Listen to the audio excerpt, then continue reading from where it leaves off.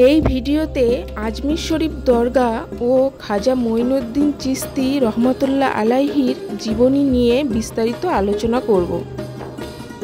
ভারতের রাজস্থানের আজমিরে অবস্থিত শ্রদ্ধেয় সুফি সাধক মঈনুদ্দিন চিশতির সুফি সমাধি বা মাজার।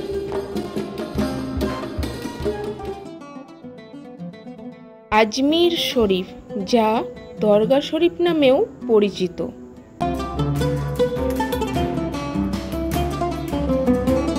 আজমির শরীফ সত্যি আজমির শহরের রত্ন। এটি মুকাদ্দাস ইবাদতের জায়গা, যা শুধুমাত্র মুসলিম সমাজের জন্য নয়, বরং সমস্ত সম্প্রদায়ের মানুষের কাছে ইবাদত এবং বিশ্বাসের জায়গা।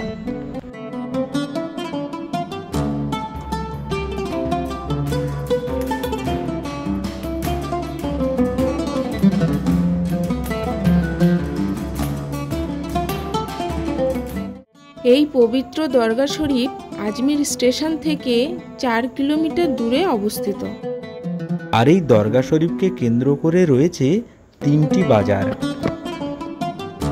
সুলতান উল হিন্দ খাজা মঈনুদ্দিন চিশতি রহমতুল্লাহ আলাইহির জীবনী শোনা যাক।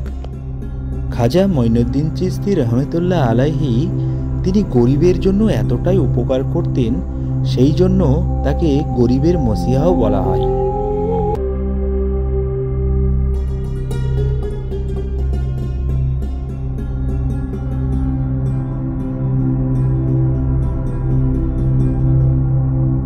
পারস্য থেকে সুফিদের আদর্শ বহন করে নিয়ে আসেন।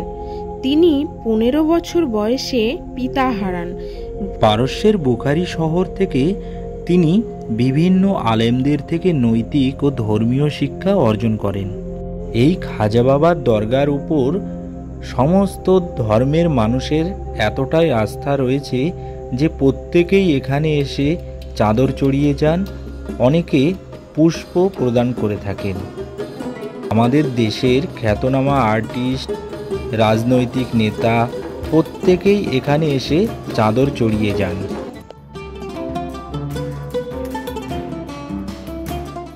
এই দরগাকে কেন্দ্র করে কাবালি গানের আসরও কিন্তু প্রতিনিয়ত অনুষ্ঠিত হয়।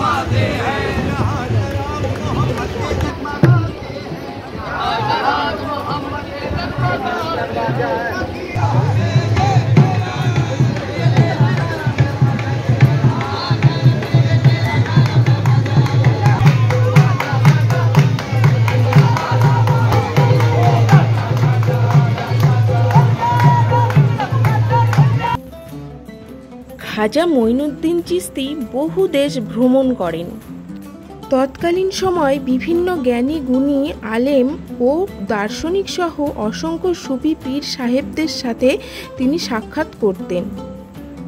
তিনি তার জীবনে অসংখ্য দেশ ভ্রমণ করেন।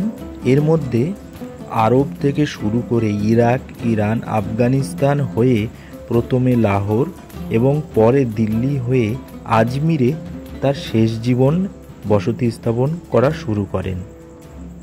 খাজা মঈনুদ্দিন চিশতি ছিলেন ভারতীয় উপমহাদেশে ইসলাম প্রচারের কিংবদন্তি তুল্য একজন ঐতিহাসিক সুফি ব্যক্তিত্ব।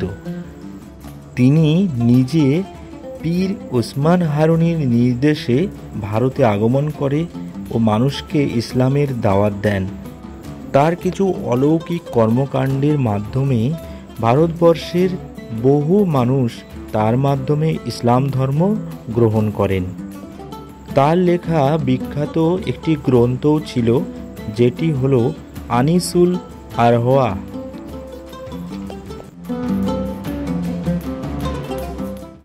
এই মাজারকে কেন্দ্র করে রয়েছে অনেকগুলি গেট, যার মধ্যে উল্লেখযোগ্য হলো নিজাম গেট। এছাড়াও রয়েছে মোগল সম্রাট শাহজাহানের দ্বারা নির্মিত শাহজাহানি গেট। এই পবিত্র দরগায় কাতারে কাতারে মানুষ জড়ো হয় কবর জিয়ারত করতে। দরগাগুলো প্রায়শ সুফি আহার এবং সভাঘর এবং হোস্টেলের সাথে যুক্ত হয়, যা খানকাহ বা ধর্মশালা বলে পরিচিত। এর মধ্যে সাধারণত একটি মসজিদ, সভাঘর, ইসলামী ধর্মীয় বিদ্যালয় বা মাদ্রাসা, শিক্ষক বা তত্ত্বাবধায়কদের জন্য আবাস, হাসপাতাল এবং বিভিন্ন সম্প্রদায়ের উদ্দেশ্যে অন্যান্য ভবন অন্তর্ভুক্ত রয়েছে। একই সঙ্গে একই কাঠামোতে সামাজিক, অর্থ এবং একই ধরনের রীতি অনুশীলনের নিদর্শন বহন করে চলে আসছে এই দরগা। পারস্য দেশে 1142 খ্রিস্টাব্দে তিনি জন্মগ্রহণ করেন, আর দিনটি ছিল শুক্রবার। 1236 সাল তিনি ভারতের আজমিরে ইন্তেকাল করেন। মৃত্যুকালীন তার বয়স হয়েছিল 93 বছর। তিনি তার জীবনের সেরা 13টি বছর কাটিয়েছেন আমাদের ভারতবর্ষে, আজমির শহরে। খাজা মঈনুদ্দিন চিশতি যখন জন্মগ্রহণ করেন তখন সারা পৃথিবীতে ইসলামের স্বর্ণযুগ চলছিল। কাতারে কাতারে মানুষ ইসলাম ধর্মে দীক্ষা নিচ্ছিলেন এবং অন্য ধর্ম থেকে ইসলাম ধর্ম গ্রহণ করছিলেন। এরকম একটা স্বর্ণযুগে তিনি ইসলাম ধর্ম প্রচারের উদ্দেশ্যে তিনি বিভিন্ন দেশ পাড়ি দেন এবং ভারতবর্ষেও ওই ইসলাম ধর্ম প্রচার এবং প্রসারের জন্যই আজমির শহরে বসতি স্থাপন করেছিলেন।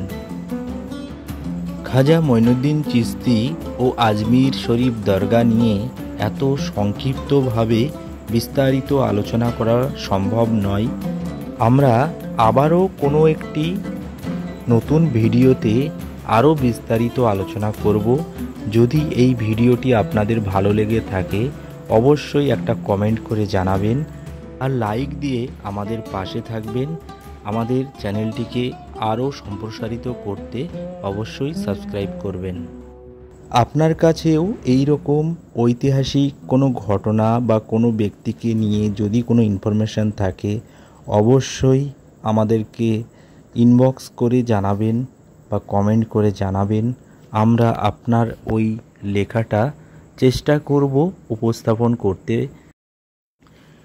আবারও দেখা হবে অন্য কোনো একটি নতুন ভিডিওর সাথে। সবাই ভালো থাকবেন, সুস্থ থাকবেন। ধন্যবাদ।